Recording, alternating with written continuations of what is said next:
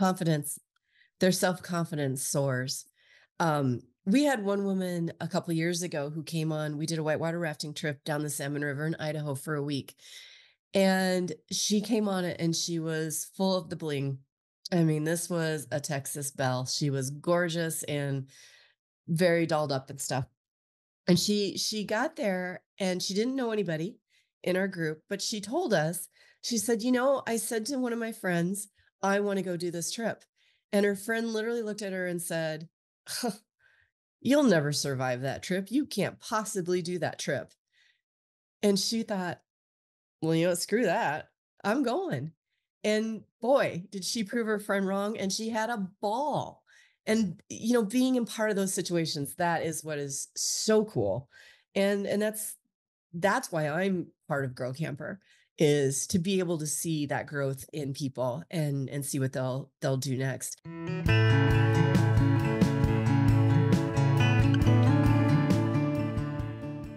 Hello and welcome back to the Outdoor Minimalist podcast. I'm your host, Meg Carney, and I'm an outdoor and environmental writer and author of the book, Outdoor Minimalist, Waste Less Hiking, Camping, and Backpacking. The Outdoor Minimalist podcast has the goal to give listeners actionable ways to waste less hiking, camping, backpacking, and more during every step of their process. Your impact outdoors starts long before you hit the trail and goes beyond leave no trace ethics. You'll learn how to identify sustainable outdoor brands, how to ask hard questions regarding sustainability, and begin to shift and evolve your mindset to integrate minimalism into all of your outdoor pursuits.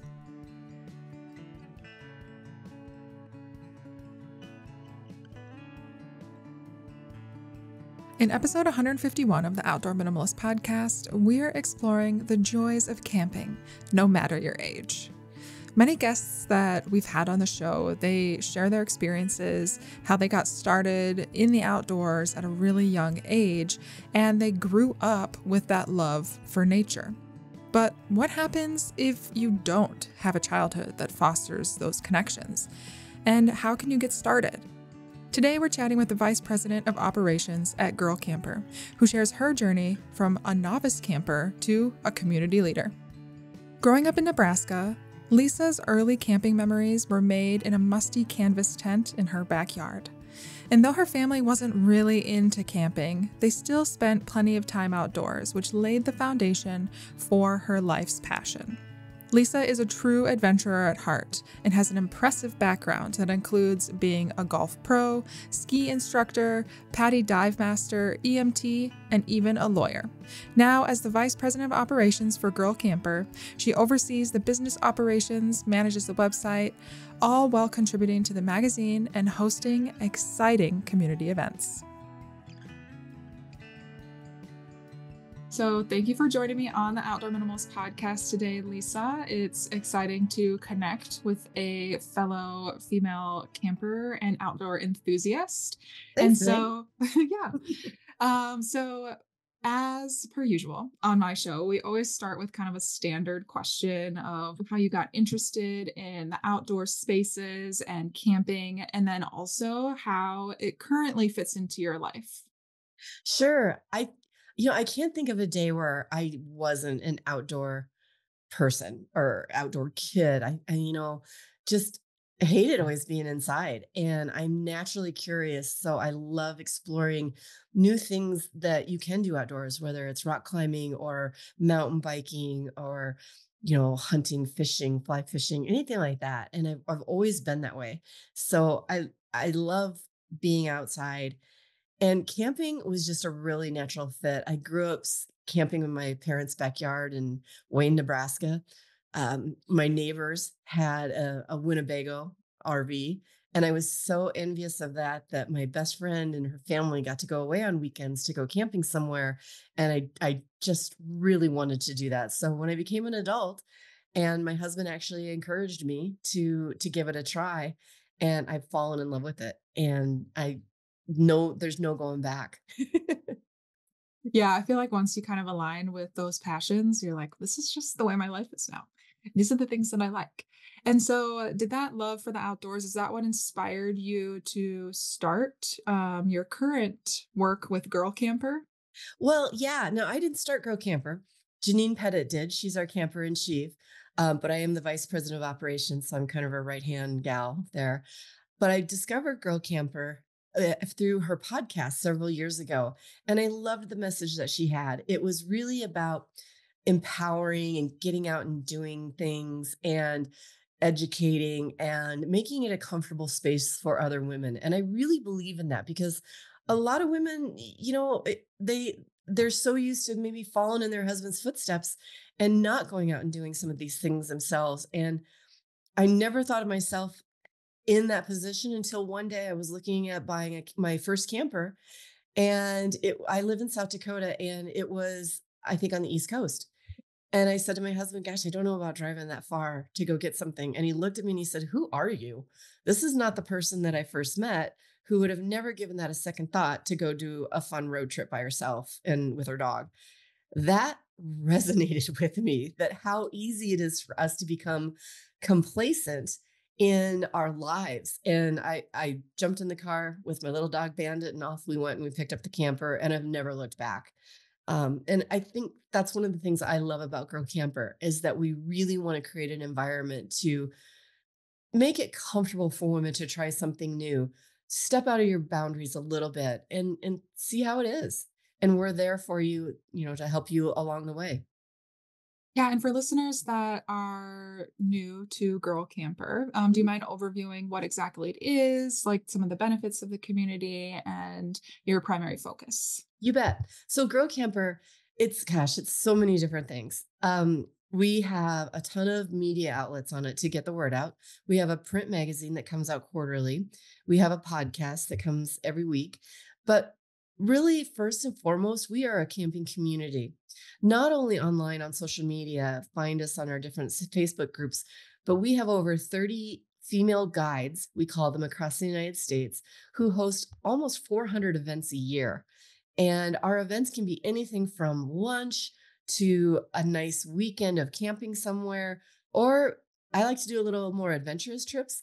Last year, I took 8 women to the Boundary Waters in Minnesota, and we camped for a week up there. This year, we're going to whitewater raft down the Green River in Utah for another week and sleep out underneath the stars. So there's something for everyone in our group to join and be a member. It is a women's only group. And we find that most of our members are usually kind of between the ages of 40 and 80. And a lot of it is that women have now found themselves being empty nesters. They might be suddenly divorced or widowed or none of the above, but they're just like, geez, I'm looking for something new to do. And look at these women over here. They're having a lot of fun. I want to try to do that. And there's no wrong way to camp like a girl. You can camp in your car, you can camp in a tent, you can hammock camp, you can stay in a cabin, you can bring a camper.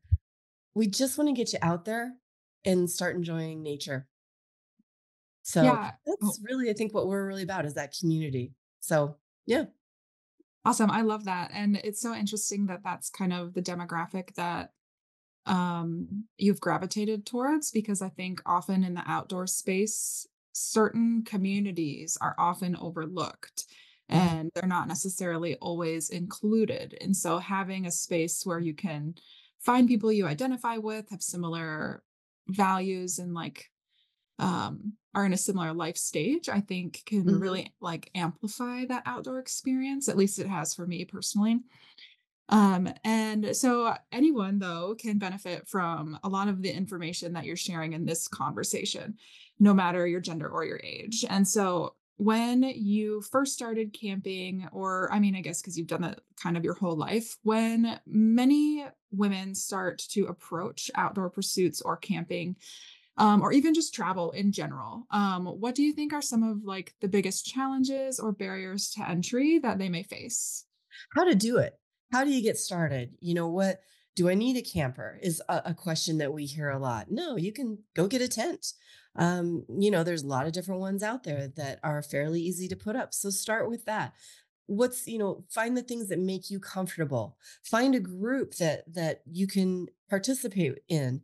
And this, like you said, this resonates for anyone. There's a lot of camping organizations out there that are not just for women. You've got Escapees and FMCA that are great groups for couples or men, women to join too. And go experience some of their camping events. Give it a try. See how you like it. Those are some big questions that we always have. And then safety. How do you stay safe on the road, especially as a solo woman traveler? That is a question we get a lot. And a lot of that is, educate yourself, have a plan, be very aware of your surroundings. What are some things if you're, camping by yourself that will maybe make you feel a little comfortable? I actually carry a little taser and my pepper spray here from Damsel in Defense. Um, Pretty easy to have those on hand. Just like I said, educate yourself and be aware. And honestly, the statistics of assault or anything like that happening at a campground or while camping are so minimal, there isn't even a statistic for it. So, yeah, it's a relatively safe endeavor that people can do. Yeah, but I'm glad that you mentioned the safety piece because I think that is something that holds a lot of women back from solo Mm. travel. But if you are taking the proper precautions and are aware of like the dangers that are present in the place you are traveling, I think that it can be a great experience. And Yeah. so other than like kind of carrying those specific tools, when people are asking kind of those frequently asked questions type things, what are some general like tips and advice you have for getting started or if you're like looking to branch out? I think do your research. If you're new, what go try a tent. Go check out the Goodwill or secondhand stores and see if there's some tents there, and put one in your backyard. See if you like it. Same with maybe car camping. Maybe you've got a vehicle that is appropriate. You could do some car camping in and give that a try. So see what some different options are. What is important to you? Go look at campers. Go to an outdoor show. See what's available out there. What are some features that you must have? Do you need a bathroom? Are you okay with maybe not having a bathroom? What kind of kitchen cooking setups do you want to have? Those type of things I think are great ways to look at how to get started. And then when actually finding where places to go, again, do your research. Where If you're just starting out, try a campground then, where you've got other people around you that you'll feel a little more safe with. Check out the campground, go somewhere nearby so that you can check it out first. And you don't want to show up somewhere that's maybe 6 hours away and you get there and it's kind of sketchy. Find one that's close by, give that a chance, see how you like it. Um, and look at campground reviews for things like that. And then join different local camping groups. There's always on Facebook. Um, I live in South Dakota, so there's, South Dakota hikers, South Dakota campers, hiking babes, girl camper, a whole bunch of different resources there that you could be a part of. And people are always willing to give you advice like, well, where's a good place to camp? What's a good tent to have? Um, those type of things. I think that's what's the beauty of the internet. There's a lot of information right there at your hands to really help you get this journey started.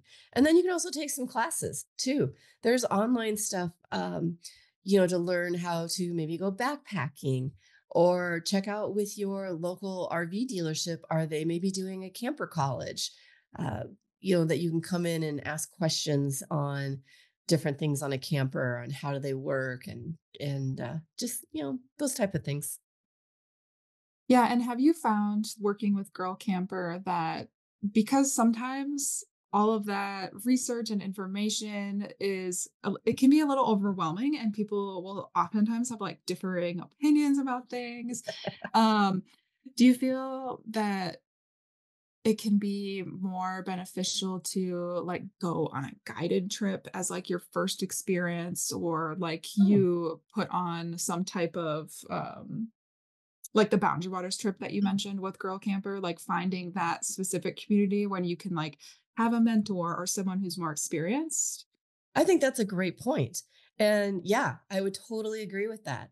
And again, getting back to a girl camper experience, you come to one of our events, there's usually going to be someone there. Now, let's assume you're brand new, you've bought a little camper, you're not quite sure about backing it in or hooking it up or that. There's always going to be someone there that's going to uh, be there to help you. You just have to say, "Hey, can someone help me?" And we'll always have someone like that. And I think that's probably pretty true in a lot of groups that you can find that there's always going to be that helpful person or people.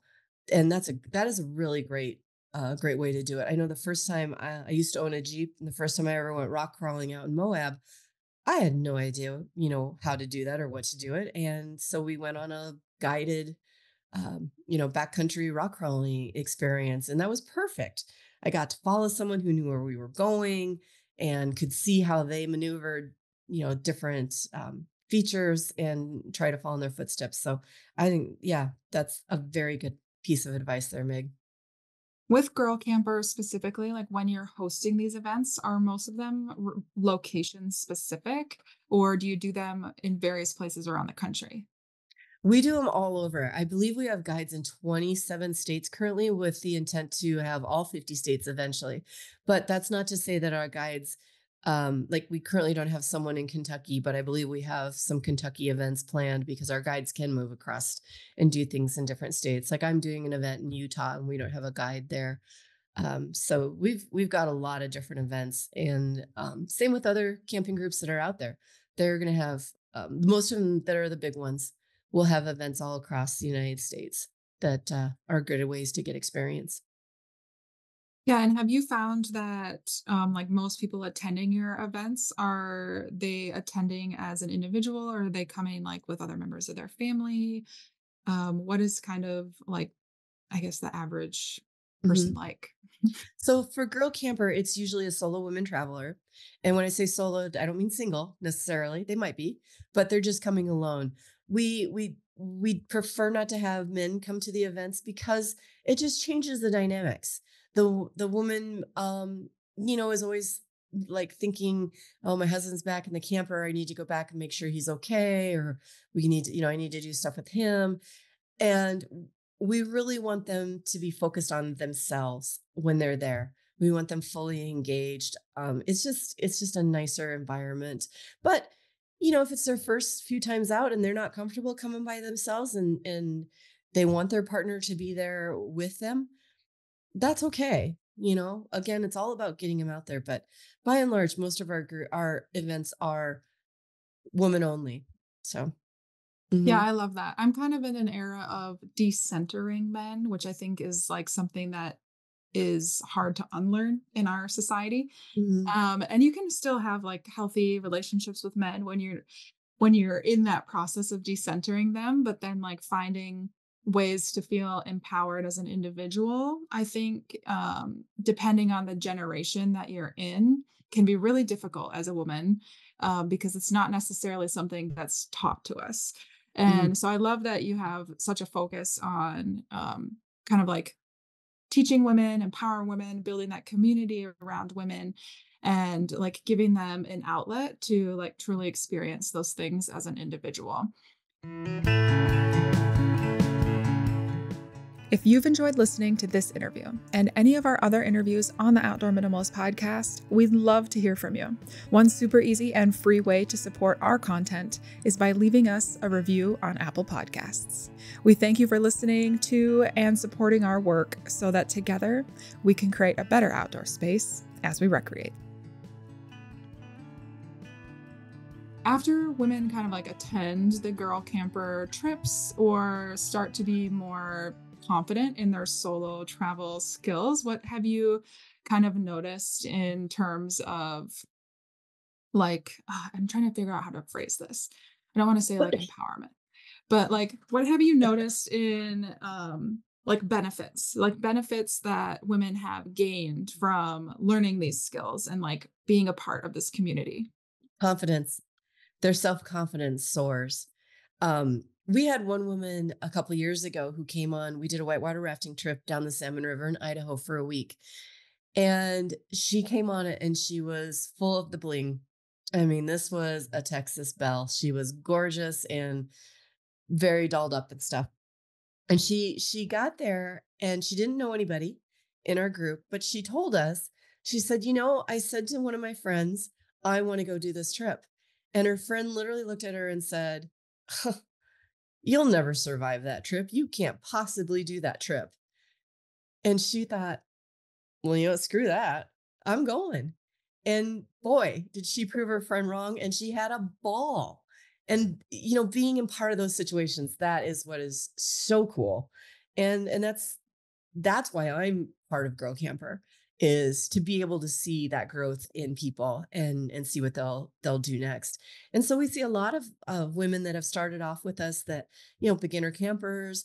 Well, shoot, now they've maybe gone to RV tech school or inspector school, and they're out there fixing rigs at the campground, or maybe they're co-hosting events for us, for other women, and, spreading the joy. So that's what's neat with our group.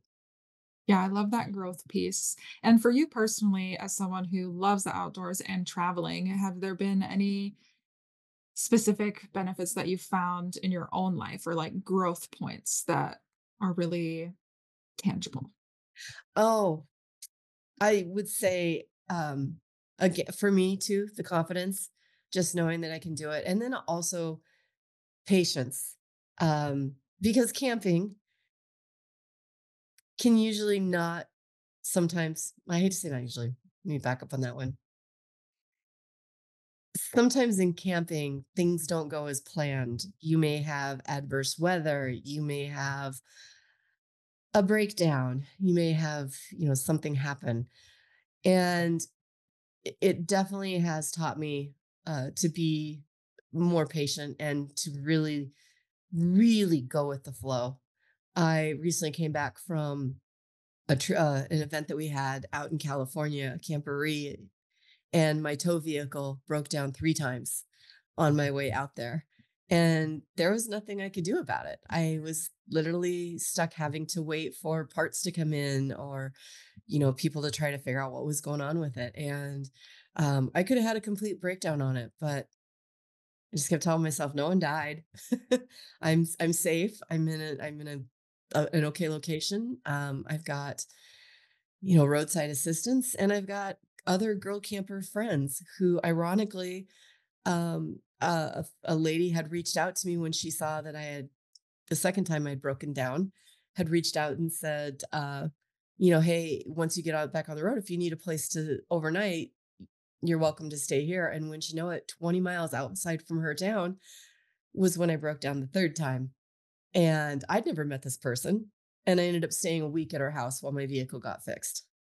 So very cool. What a journey. Yeah, Mhm. sometimes when things are not going according to plan, that's when like I have not necessarily the best experience, but the most memorable experience. Sometimes it ends up being one of my favorite trips though. I'll be like, I'll look back and be like, yeah, that actually was okay, or that was fun, or like I'm like you said, like you got to meet someone new and maybe Mhm. form a new relationship or something like that. Yeah. Um, yeah, so I guess have you ever do But you have any specific travel moments that have been your favorite or have really stuck out? I mean, your example with the breakdown maybe it's not your favorite, but yeah, not my favorite either.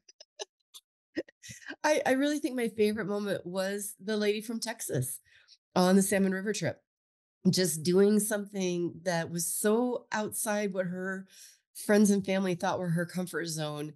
And she was like, screw it, I'm going to do it. And she did it and she loved it. And I love that. And we've seen that time and time again, whether it's on something like that or just, yeah, coming to the campground. One of my first camping events that I hosted, a whole bunch of women came that I'd never met before from the Black Hills, and we all clicked so well together right away. And I thought they all knew each other. I have since found out several years later, they didn't know each other. And we now routinely camp together all the time.